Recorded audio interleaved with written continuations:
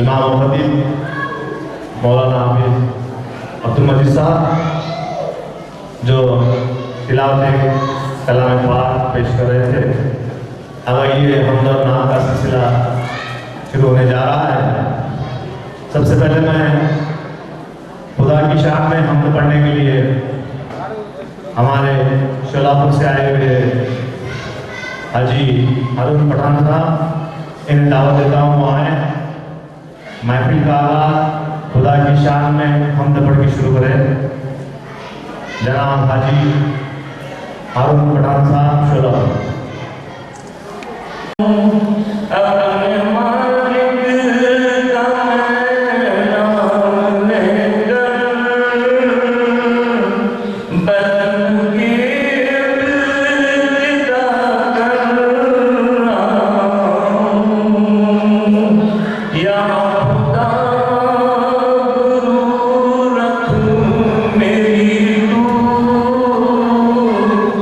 तेरी हम तो सना कर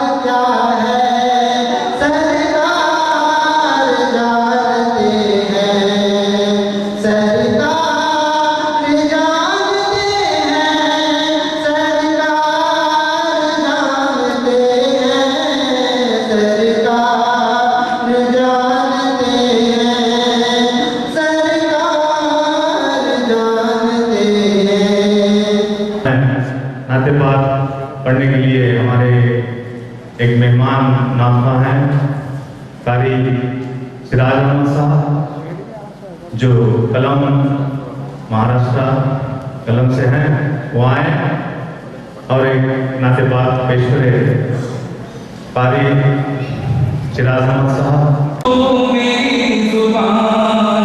देना शुरू किया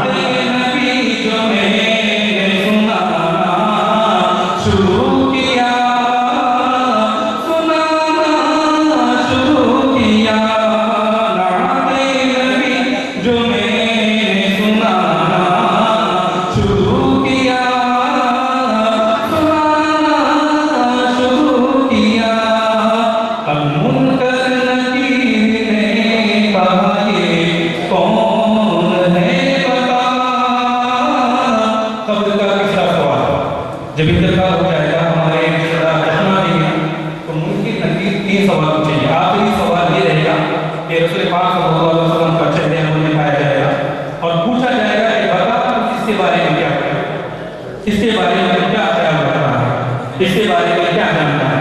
सारे इस्लाम ने अपने कलम को यूं चलाया है।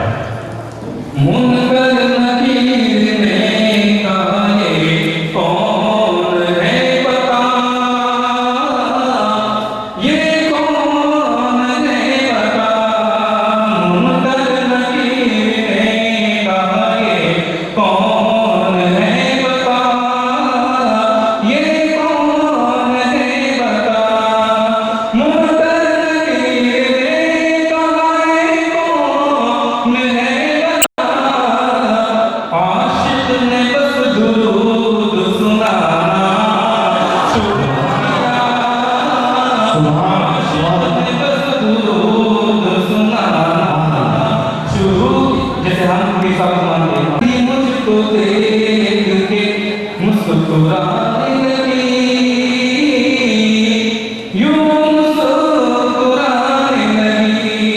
जन्नत भी मुझको देख के यूं मुस्कुराने लगी, यूं मुस्कुराने लगी। जन्नत भी मुझको देख के यूं मुस्कुराने लगी।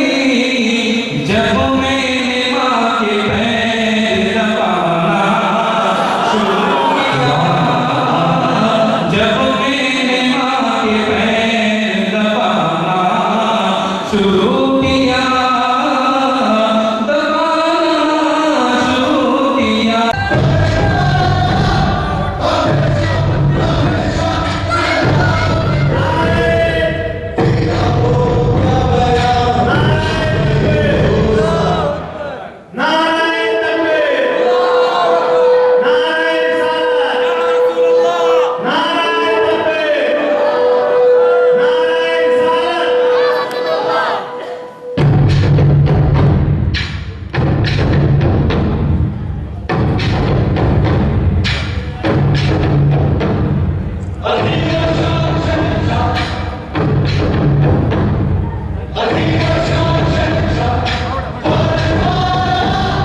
नारे तकबीर, नारे रिसालत, नारे तकबीर, नारे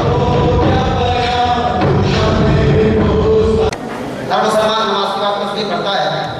सदा ये आती है तस्बीह के दाने दाने से, नबी का फैज़ बढ़ता है वली के आस्ताने से। सदा ये आती है तस्बीह के दाने दाने से, सदा ये आती है तस्बीह के दाने दाने से, नबी का फैज़ बढ़ता है वली के आस्ताने से। और न हो आराम जिसको सारे ज़माने से, न हो आराम जिसको सारे ज़माने से, उठा ले जाए थोड़ी खाक इनके आस्ताने से, उठा ले जाए थोड़ी खाक इनके आस्ताने से। हम मोअज़्ज़ज़ सामईन किराम, नाते पाक के चंद अशआर पेश खिदमत हैं। उससे पहले फिर एक शेर, लेकिन चाहूँगा कि इस शेर सुनने से पहले आप हज़रत की मोहब्बत में ज़ोरदार आवाज़ में कहें सुभान अल्लाह। जितनी हज़रत की मोहब्बत है उतनी आवाज़ में कहें सुभान अल्लाह। इनके दरबार में, इनके दरबार में जो लोग सदा करते हैं, सदा कहते हैं आवाज़ लगाने, इनके दरबार में जो लोग सदा करते हैं, हर मुसीबत से वो बचा करते हैं। इनके दरबार में जो लोग सदा करते हैं, हर मुसीबत से वो बचा करते हैं। और झूम उठती है अर्श पर खुदा की रहमत, झूम उठती है अर्श पर खुदा की रहमत, जब गुनाहगार की खातिर ये दुआ करते हैं, जब गुनाहगार की खातिर ये दुआ करते हैं। नाते पाक के अशआर पेश खिदमत हैं और गुजारिश ये करूँगा कि मेरे साथ आप मिलकर पढ़ने की कोशिश करें। और वैसे भी मदीना मदीना मदीना बोलो, मदीना मदीना मदीना बोलो, मदीना मदीना मदीना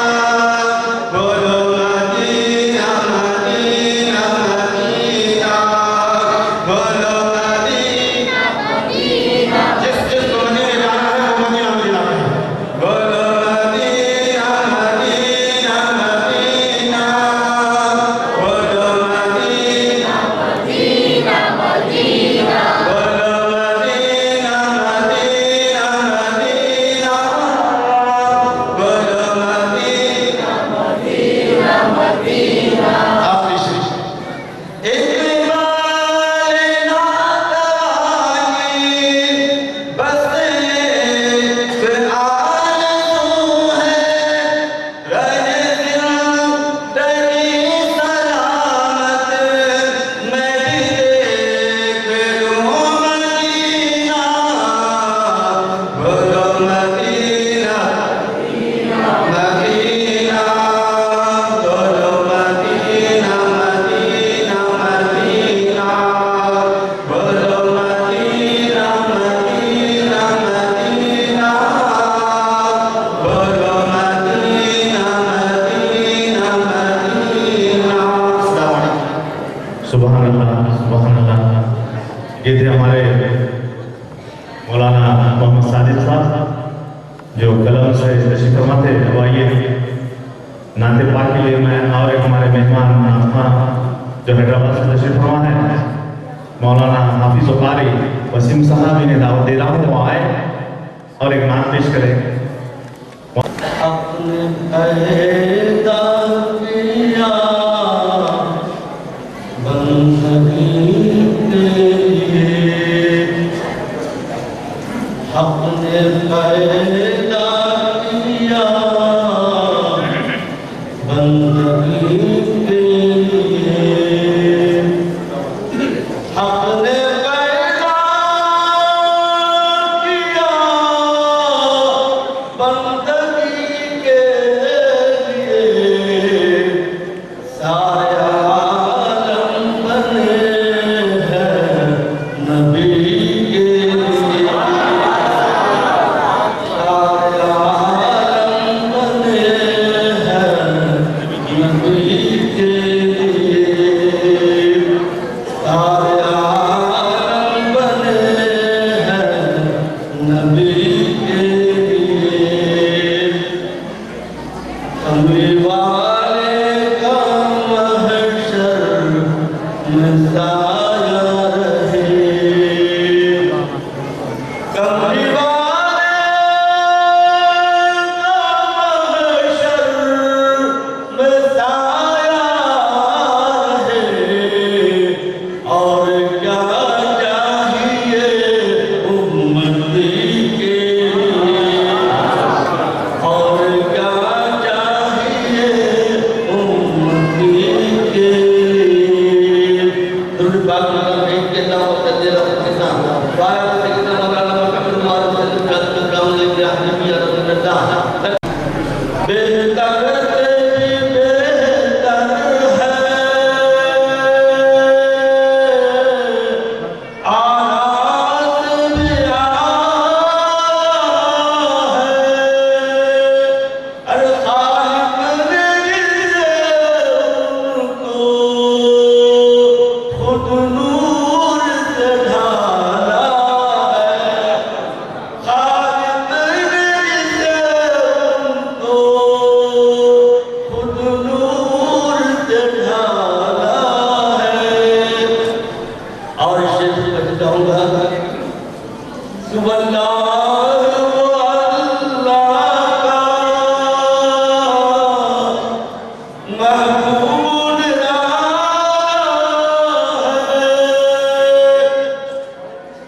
अल्लाह अल्लाह का महबूब है, और मक्के में हुआ पैदा, घर घर में उजाला है, मक्के में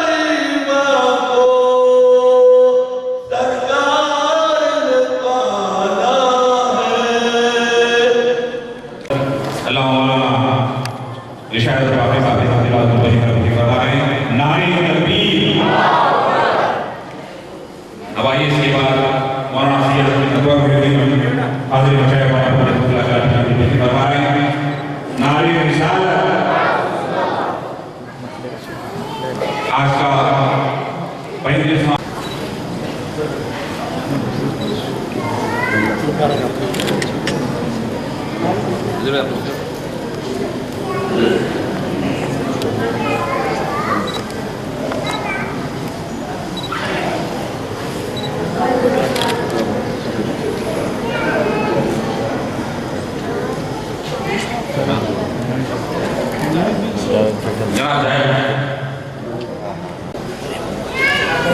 जनाब हाजी इब्राहिम जैन साहब मुंबई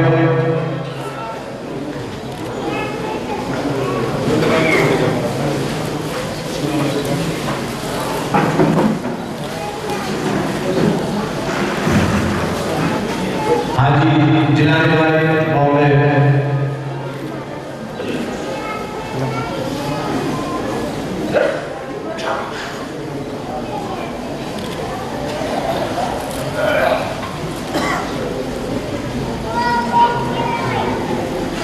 जनाब अय्यर भाई हैदराबाद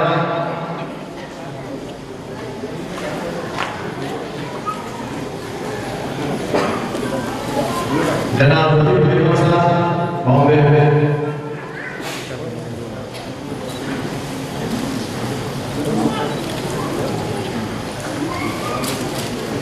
जनाब हाजी हबीब भाई बॉम्बे अब आइए जनाब रफीक साहब आपकी शान को खुशी की जा रही है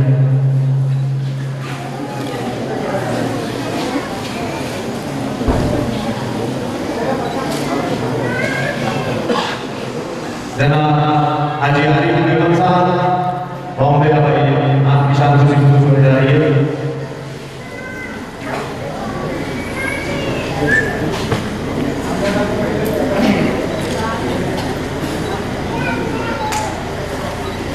जनाब हजरत लईद मोहम्मद साहब कादरी इनकी भी शादी शुरू जा रही है वो भी तशरीफ लाए जनाब जुल्फर पूना जनाब मोइज भाई हैदराबाद अब तो जल्दी जल्दी आइए क्योंकि वक्त की कमी है हम जिनके नाम ले रहे हैं तो जल्दी जल्दी आइए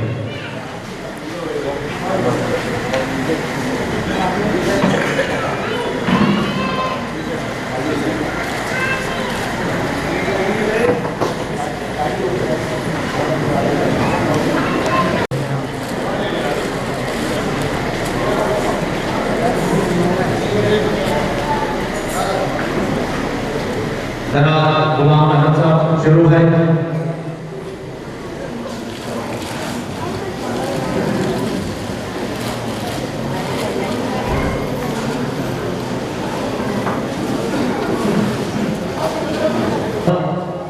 आप आइए वक्त की कमी है फौरन आइए आपसे भी कुछ होने जा रही है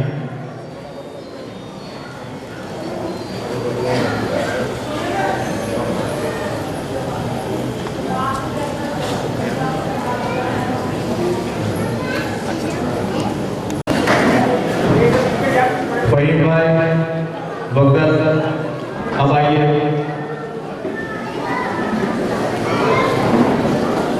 रियाज भाई बगदाद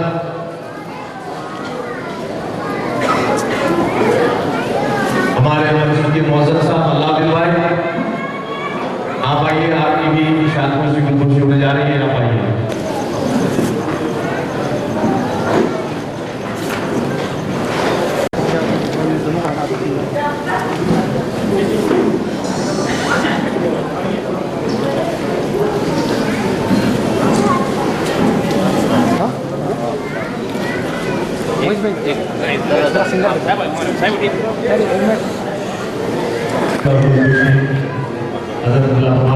हवाई स्टेशन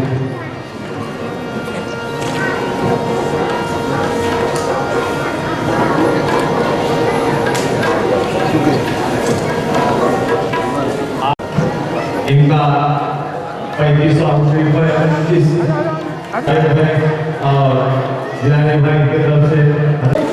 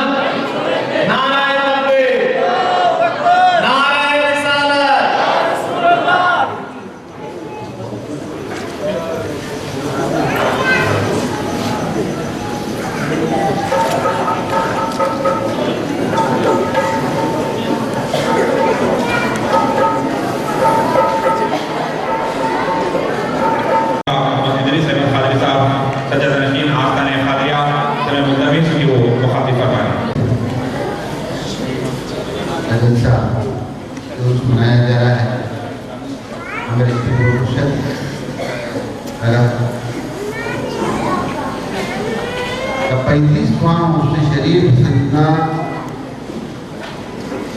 सैयद मोहम्मद हुसैन आलम खान कन्नड़ी साहब पीर कामिल रोशन जबीर राज हकीकत नापुरी का 35वां उर्स शरीफ है और मनाया गया। मानी हो गई। आज उसी तकरीर में मौलाना बुजुर्ग बयान फरमाएंगे और उसके बाद कवाली काबिल आगाज होगा। आप बाबूजी फरमाएं तो बेहतर है। आज वो आलम का उससे शरीफ है जो सैयद मोहम्मद हुसैन आलम का यानी आलम में मशहूर, दीन तालीम में तरबियत में मशहूर और इराक के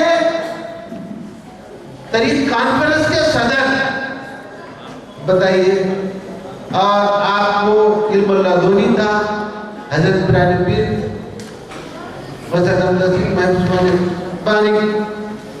और खादिर वली के औलाद में से हैं। आज उनका उर्स शरीफ मनाया जा रहा है। यही उनका जलवा है, यही उनका जलवा है जो हमने देख रहे हैं। ये खुदा की आई नवाजिश है कि आपके किताबें बहुत से हैं, आप हर ज़बान में किताबें लिखे हैं और हर बोली आप जानते थे कि इस खुदा की नवाजिश थी। वो मेरे पीर मुर्शद हैं कि जो कुछ है गुलाम उन्हीं की पहल में है और उन्हीं की तरबियत में चल रहे हैं। अल्लाह ताला इस तरह से है उन्हीं की इश्क में साबित कदम रखे और आप हम सब उन्हीं के दायरे में हैं। ये खादी कराना है, ये खादी है और खादी होके रहेंगे, होते रहे। ये सब जलवागर उन्हीं का है और जलवा उन्हीं का है। हज़रत पीर मुर्शिद फरमाते हैं कि देख बेटा, यहाँ खाली मिट्टी की जिस मिट्टी में रहेंगी हम आपके साथ रहेंगे, बगदल में रहेंगे। और हकीकत में बगदल भी नहीं है। ये उन्हीं के हुक्म से तामीर हुई, ये उन्हीं का आस्थान है, दरगाह आस्थान खाजा के नाम से मंसूब है। लेकिन आप अपने याद में ये नाम दिए, ये उन्हीं ने इसका आगाज किए और वो चलते आए। सब उनकी तरफ से ये तरक्की हो रही है, ये उनका करम है। अल्लाह ताला आप हम सबको उनकी हिदायत पर अमल करने की तौफीक इनायत फरमाए। अल्लाहुम्मा सल्ली अला सय्यिदना मौलाना। आप इंशाअल्लाह मौलाना इस बारे में तकरीर भी करेंगे। फिर उसके बाद हमारे मशहूर खवा जुनैद सुल्तानी भी तशरीफ लाए हैं। आपको कलाम बोल के खुश करेंगे जो आप तस्वुर में मजे लें और नींद ना करे, जोश में होश ना खोए, होश रखे और जोश भी रखे। दुरूद पढ़ो काम से मिला। अभी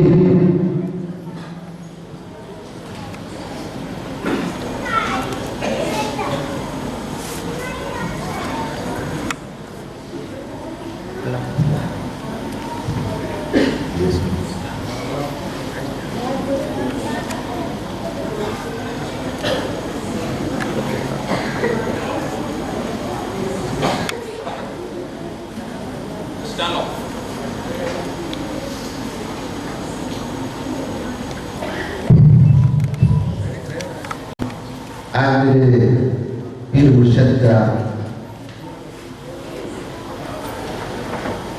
उर्स के दिन में इसी तारीख में एक आपको खुशखबरी देना चाहता हूँ